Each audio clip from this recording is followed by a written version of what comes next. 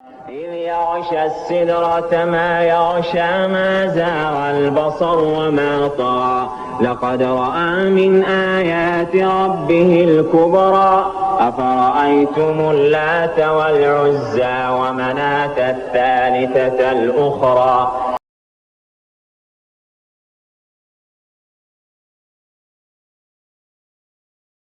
السلام ورحمۃ اللہ وبرکاتہ۔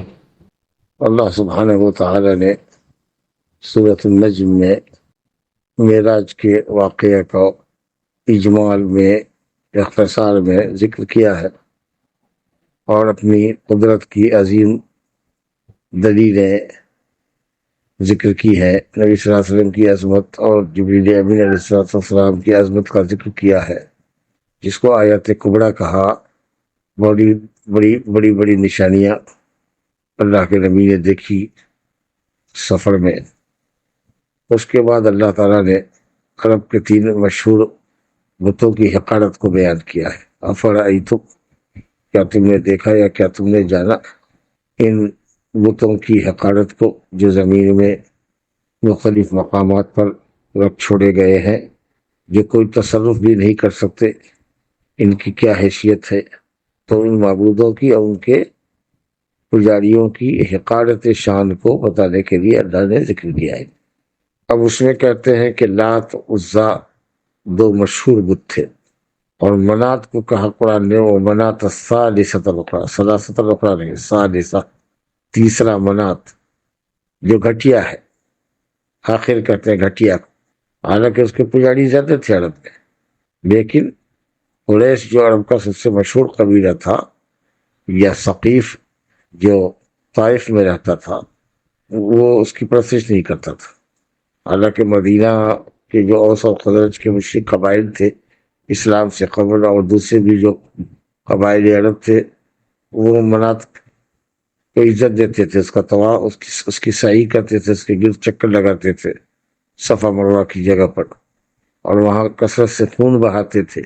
لیکن قریشیوں کی چونکہ عظمت کا وہ مستحق نہیں تھا، اسی لیے وہ گھٹیا سمجھا جاتا تھا۔ تو مشہور جو بت تھے ان تینوں میں، اور زیادہ عزت کی نگاہ سے دیکھے جاتے تھے مشرکین کے پاس، وہ لات اور عزا تھے۔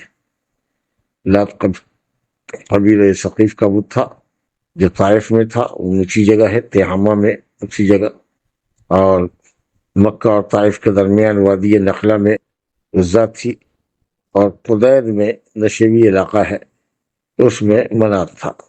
تو لات سب سے اونچی جگہ پر تھا، جو طائف کا پٹھاری علاقہ ہے، پہاڑی علاقہ ہے، اونچا علاقہ ہے۔ اس کے بعد ڈاؤن ہوتے چلے جائیے تو اس کے ڈاؤن میں عزا ہے، اور بالکل ڈاؤن میں منات ہے۔ اور دوسری کہ بتایا نا، جیسا کہ قریش اور ثقیف کے جو قبائل تھے، حنین کے اور مکہ کے جو قریشی تھے، اور اس کے جو بطون اور اس کے جو چھوٹے چھوٹے قبائل بہت سے تھے، چونکہ منات ان کی جائے اقامت سے دور پڑتا تھا، اس لیے اس کو بھاؤ نہیں دیتے تھے، تو اسی لیے وہ تیسرے درجے کا معبود مانا جاتا تھا۔ بڑے درجے کے جو معبود تھے وہ لات اور عزا تھے۔ اس سے وہ قسم بھی اگر مشرکین کھاتے یا کوئی کام کرتے تو بسم اللہ تھے اور عزا کہتے ہیں، لات کے نام سے، عزا کے نام سے، منات کے نام سے، ایسا نہیں کرتے۔ پھر دوسرے قرآن مجید کا اپنا اسلوب بھی ہے کہ اگر کسی چیز کو بیان کیا جائے تو 2-3 میں سے جو 2 ایک اسٹینڈرڈ کا ہو اس کو ایک ساتھ بیان کیا جائے، اور ایک جو اس سے لو اسٹینڈرڈ کا ہو اس کو الگ بیان کیا جائے۔ تو یہ اپنا ایک اسلوب کلام بھی ہے، باقی اصل حکمت اور وجہ الگ الگ بیان کرنے کی تو اللہ بہتر جانے۔ یہ کچھ باتیں ہیں جو مفسرین نے لکھی ہیں، واللہ اعلم بالصواب۔